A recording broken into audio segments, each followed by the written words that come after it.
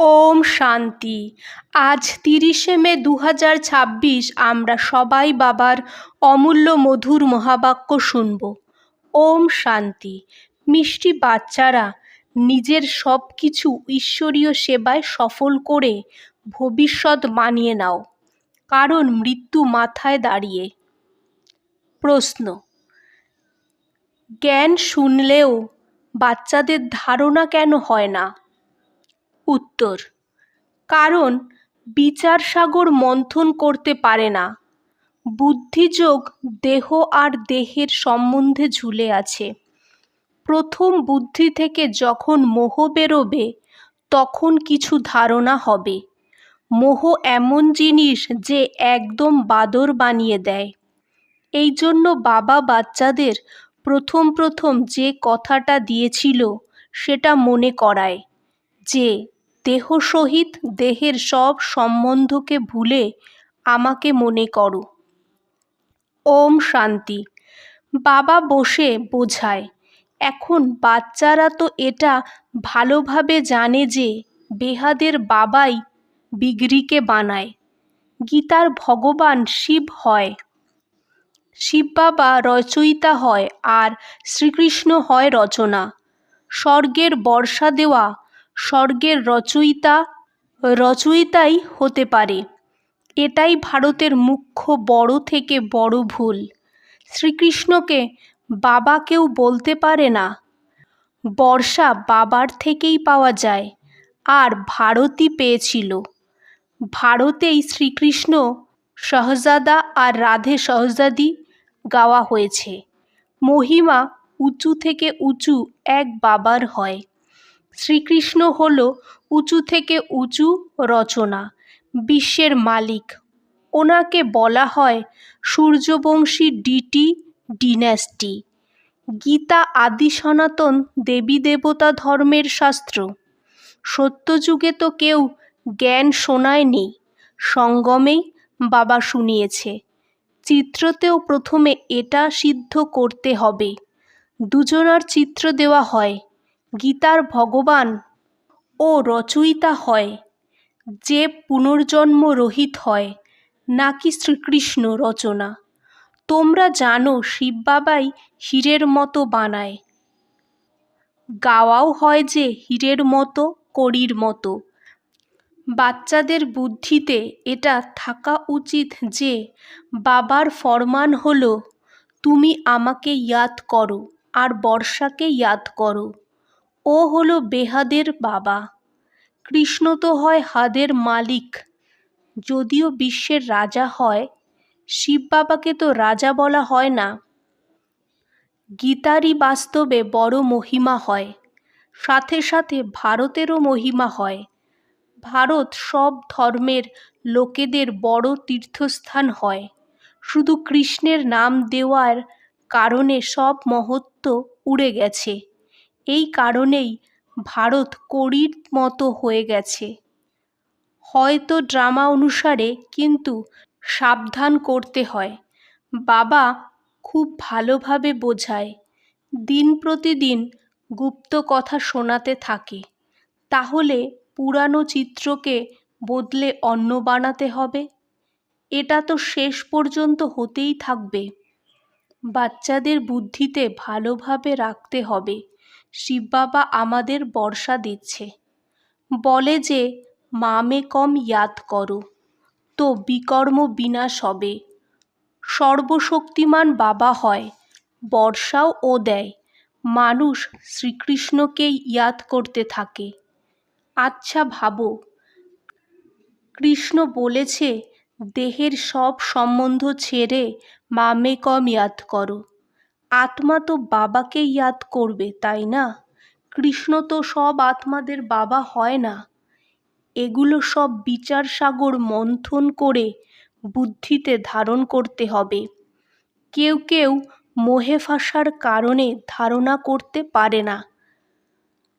তোমরা গাইতে থাকো, অন্য সঙ্গ ছেড়ে তোমার সঙ্গ করব। আমার তো এক তুমি, অন্য কেউ না। কিন্তু মোহ এমন জিনিস হয় যে একদম বাদর বানিয়ে দেয়। বাদরে মোহ আর লোভ অনেক হয়। ধনীদেরও বোঝানো হয় যে এখন মৃত্যু সামনে দাঁড়িয়ে আছে, সব কিছু ঈশ্বরীয় সেবায় লাগাও, ভবিষ্যৎ বানিয়ে নাও। কিন্তু বাদরের মতো ঝুলে থাকে, ছাড়ে না। বাবা বলে, যা কিছু দেহের সাথে দেহের সম্বন্ধ আছে তার থেকে বুদ্ধিযোগ সরাও, বাবার শ্রীমতে চলো। তোমরা বলো এই ধন বাচ্চা সব ঈশ্বর দিয়েছে, এখন এ নিজে এসেছে, বলে যে তোমাদের এই ধন সম্পত্তি সব শেষ হয়ে যাবে, আর্থকুইক হবে, এগুলো সব শেষ হয়ে যাবে, এরোপ্লেন পড়ে যাবে আর আগুন লাগবে। বাবা বোঝায়, বাচ্চারা, দেহদারীদের থেকে মোহ বের করে দাও, মোহজিত হও। দেহ অভিমান হলো সব থেকে প্রথম নম্বরের শত্রু। দেবতারা দেহি অভিমানী হয়। দেহ অভিমান আসলেই বিকারে ফাঁসে। তোমরা অর্ধেক কল্প দেহ অভিমানী থাকো, এখন দেহি অভিমানী হওয়ার প্র্যাকটিস করতে হবে। যে কোনো মানুষই হোক একদম এই কথাগুলো জানে না, না পরমাত্মাকে জানে। আত্মা কি হয়, পরমাত্মা কি হয়, আত্মা কত জন্ম নেয়, কিভাবে পার্ট বাজায়, আমরা অ্যাক্টার্স হই, এটা কেউ জানে না। ওরা তো বলে আত্মা জ্যোতিতে মিলে যায়, কিন্তু আত্মা তো অবিনাশী হয়, আত্মাতেই 84 জন্মের পার্ট ভরা থাকে। বলেও যে আত্মা স্টার হয়, তাও বোঝে না। আত্মা সো পরমাত্মা বলে দেয়। বাবাকে একদমই জানে না। আত্মার জন্য বলা হয় ভুরুর মাঝখানে চমকায় আজব সিতারা। পরমাত্মার জন্য তো কিছু বলে না, ওনাকে পরমাত্মা বলা হয়। ও তো পরমধামে থাকে, ও বিন্দি হয়, শুধু পুনর্জন্ম রহিত হয়। আত্মারা পুনর্জন্মে আসে। পরমাত্মার জন্য বলা হয় জ্ঞানের সাগর, আনন্দের সাগর, পবিত্রতার সাগর হয়। দেবতাদের এই বর্ষা কে দিয়েছিল? বাবা। সর্বগুণ সম্পন্ন, 16 কলা সম্পূর্ণ এই দেবতাদের মতো আর কেউ নেই। ওনারা এই বর্ষা কিভাবে পেয়েছে এটা কেউ জানে না, বাবাই এসে বোঝায়। ওনাকেই জ্ঞানের সাগর বলা হয়। এই সময় এসে জ্ঞান দেয়, তারপর প্রায় লোপ হয়ে যায়, তারপর হয় ভক্তি। ওকে জ্ঞানমার্গ বলা হয় না। জ্ঞান থেকে তো সদ্গতি হয়, যখন দুর্গতি হবে তখন সবার সদ্গতিদাতা জ্ঞানের সাগর আসবে। বাবাই এসে জ্ঞান স্নান করায়। ওটা তো জলের স্নান, এর থেকে সদ্গতি হতে পারে না। সবাইকে বলো, ভাই বোনেরা, বাবার থেকে 21 জন্মের জন্য বর্ষা কিভাবে পাওয়া যায় এটা এসে বোঝো। বাবা বলে কাম মহাশত্রু হয়। পাবন দুনিয়ায় যেতে হবে তো পবিত্র অবশ্যই হতে হবে। পতিত তাদের বলা হয় যারা বিকারের দ্বারা জন্মায়। সত্যযুগে ত্রেতায় বিষ হয় না। ওকে বলাই হয় সম্পূর্ণ নির্বিকারী দুনিয়া। পবিত্রতাই মুখ্য কথা। স্বর্গে যেতে হবে তো পবিত্র অবশ্যই হতে হবে। বিনার সামনে দাঁড়িয়ে আছে, আমাকে ইয়াদ করো তো বেড়া পার হয়ে যাবে।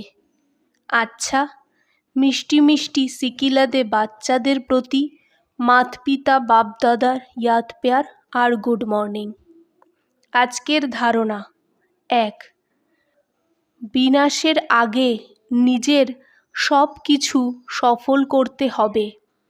এটা কেয়ামতের সময়, এই জন্য পাবন অবশ্যই হতে হবে। 2, দেহদারীদের থেকে মোহ বের করে মোহজিত হতে হবে। দেহ অভিমান যেটা প্রথম নম্বরের শত্রু, ওর উপর বিজয় পেতে হবে। আর সব সঙ্গ ছেড়ে বাবার সাথে বুদ্ধিযোগ লাগাতে হবে। আজকের বাপদাদার মধুর বরদান। ইয়াদের মন্ত্র দ্বারা সংকল্প আর কর্মে অবিনাশী সিদ্ধি প্রাপ্ত করা বাচ্চারা সিদ্ধিস্বরূপ ভব। বিস্তার। তোমরা বাচ্চারা অলমাইটি গভর্নমেন্টের মেসেঞ্জার হও। এই জন্য কারোর সাথে ডিসকাস করায় নিজের মাইন্ড ডিস্টার্ব করো না। ইয়াদের মন্ত্র ইউজ করবে। যেমন কেউ কথায় বা অন্য কোনো ব্যবস্থায় বশ হয় না তো মন্ত্রতন্ত্র করে। তোমাদের কাছে আত্মিক দৃষ্টির নেত্র আর মনমনা ভবের মন্ত্র আছে, যার থেকে নিজেদের সংকল্পকে সিদ্ধি করে সিদ্ধিস্বরূপ হতে পারো। আজকের স্লোগান, অ্যাকশন কনসিয়াসের বদলে সোল কনসিয়াস হও। ওম শান্তি।